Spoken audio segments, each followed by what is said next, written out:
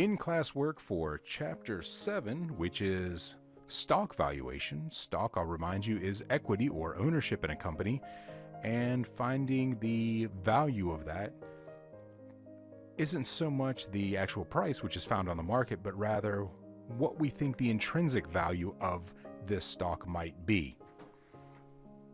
So we're going to start with number 1.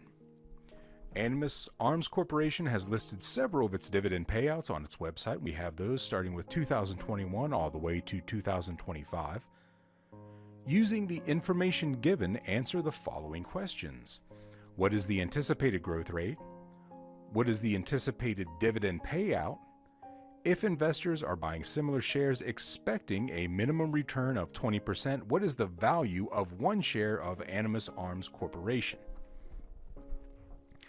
Now, the first thing we're going to have to do is believe in something, and that is that counting begins with 0. So instead of having 5 years listed, we're going to have to think of this as 4 years listed, beginning with year 0 of 2021. Then we have 2022, 2023, 2024, and finally 2025, which gives us 4 years. Now, we've done something similar to this already using our financial calculators. What we're going to do is we're looking at the timeline. Starting at 0, 0 would be 0.68, and that would be the beginning point, which would be the present value, all the way to a future value of $1.07, future value. Number of periods would be 1, 2, 3, 4, so 4n.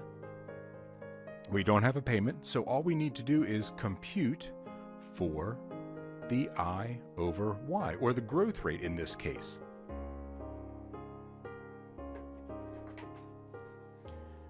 Grab my handy dandy BA2 calculator.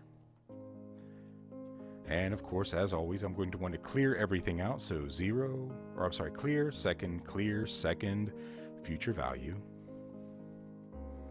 And I have these numbers. 0.68 is my present value. 1.07 is my future value. 4 is my number of periods. And I want to compute I over Y. Now, some of you are going to have the same thing I did, and you're going to wonder why you got the error 5, but most of you already know I have to add a plus or minus on one of those. These are cash flows, and the calculator assumes one of these is going to be a flow outward. So let's correct that mistake.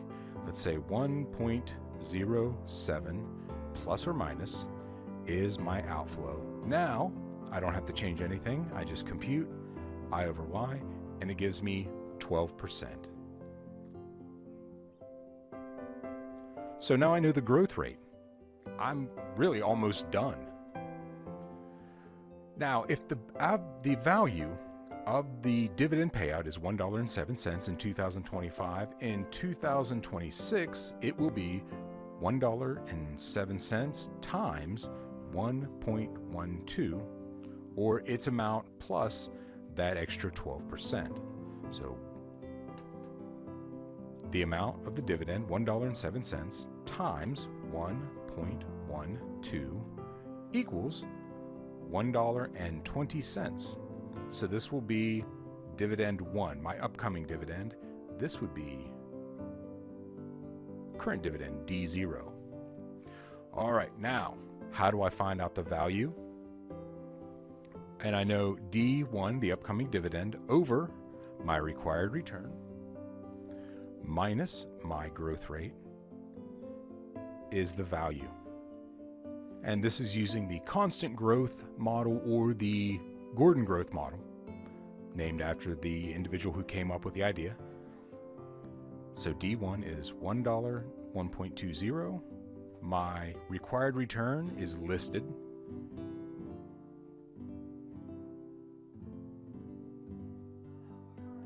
%, so 0.2 minus 0.12, which is the growth rate. So I've got my required return, I've got my growth rate, which is 1.20 divided by 0.08. So 1.20 divided by 0.08 8 equals $14.98. This is the value of the stock based on the constant growth model. Now, the value is going to be found in the stock market. We could check that at any time. It's probably going to be significantly higher than that, but that is the value. Now, next question. Terminal Sunset Corporation is selling shares of preferred stock at $100 per share and is paying an annual dividend of 10% or $10. In an effort to maximize your earnings, you have a required return of 20%. Based on your predetermined goals, what is the value of this quasi-stock? And I say quasi-stock because, as we know, preferred shares don't have the same benefits that common stock does. In this case, we have D1 divided by our required return. So the dividend amount is 10% of $100 or $10, and our required return is 20% or 0.20. 10 divided by 0.2. 10 divided by 0.2 equals $50. So Terminal Sunset Corporation, based on the zero growth model, is only worth $50 based on our required return of 20%. They're only paying a 10% return, so probably going to steer away from that unless we can't get a better return anywhere else for that preferred stock, and we've decided that we must have preferred stock. Thank you very much for your time, and I'll see you in class.